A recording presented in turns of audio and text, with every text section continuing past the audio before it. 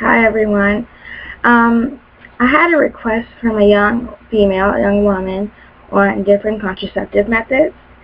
So this video is going to be on different birth control methods, and I just want to discuss each one of them that I've used and others that I may use in the future in just great detail, because I feel like there's so many young girls out there, even grown women, who don't know anything about birth control. Like, there's more than just the pill. There's more than just the shot. Like, there are so many options, and you should be, like, knowledgeable on those options. Don't be ignorant to your own body. Like, if you love your body, you should respect your body and keep yourself safe. Not only with birth, like pregnancy, but you should protect yourself from diseases.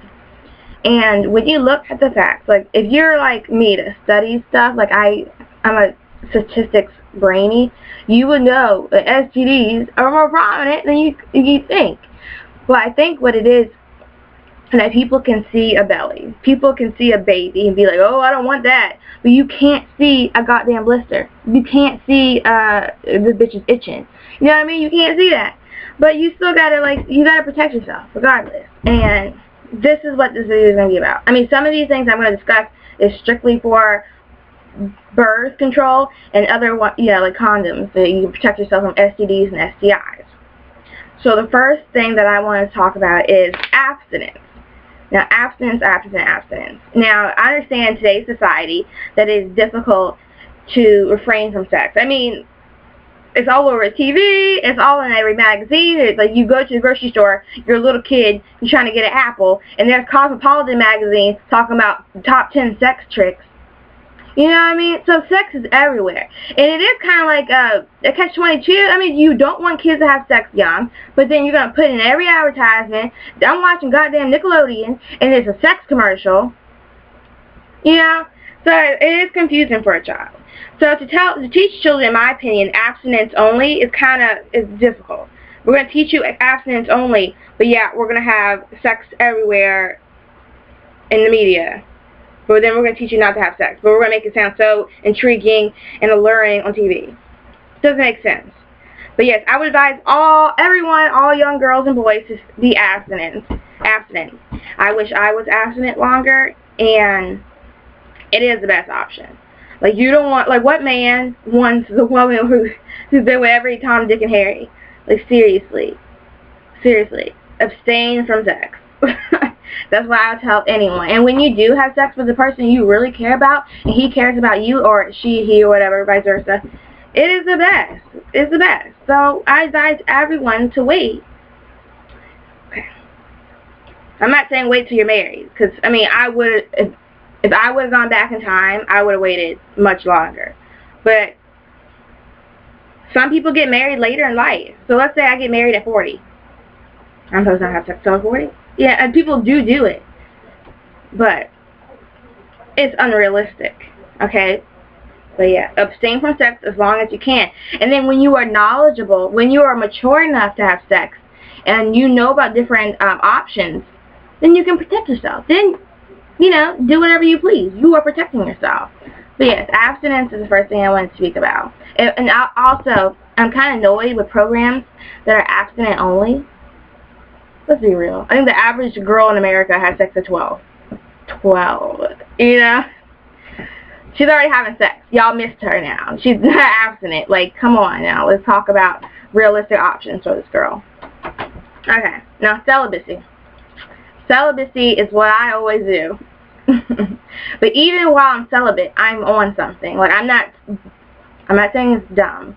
But, like, you're celibate, right? Any Morris Chestnut looking man could pop up. Well, yeah, and then what? I'm celibate. I mean, there are condoms. Condoms break. Like, be on something else. Like, but I am celibate. I am not having sex. But yeah, you need other options besides celibacy.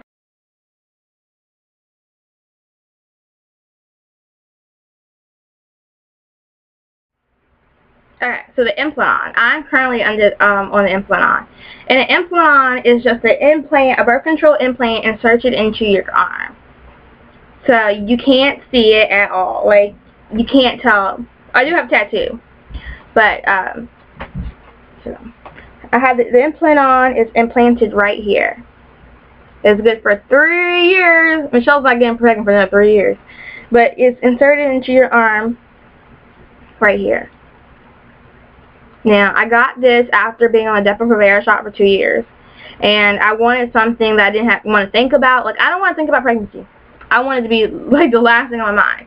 So I wanted something that was long-lasting. So I talked to my doctor about it, and she was like, the Implanon. So, yeah, so I have the Implanon. I'll post some pictures of how small it is, how small the rod is. It's about the size of a matchstick, and it contains progestin hormone called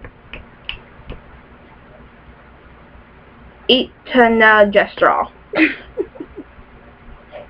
But yeah, just inserted in your upper arm, and it's good for 3 years, and it contains no estrogen whatsoever. After 3 years, you have to remove it because you may have problems with fertility. Like, it may become difficult for you to have children, so make sure it is removed after 3 years. So how does it work? It works by stopping the release of an egg from your ovary. And just like the pill, like I was saying, it also thickens the mucus in your cervix, and this stops the sperm from reaching the egg. And it also changes the lining of the uterus. Same exact thing that the pill, what I said the pill does, it does the same thing. Now, I forgot to say, with the pill, there's different levels of estrogen, and so you can look for the type of pill that works for you. There's a various types of pill, but if I go into detail what different types of pill there is, this may be a longer video than it really is. But yeah. So the chances of getting pregnant is very, very low with this.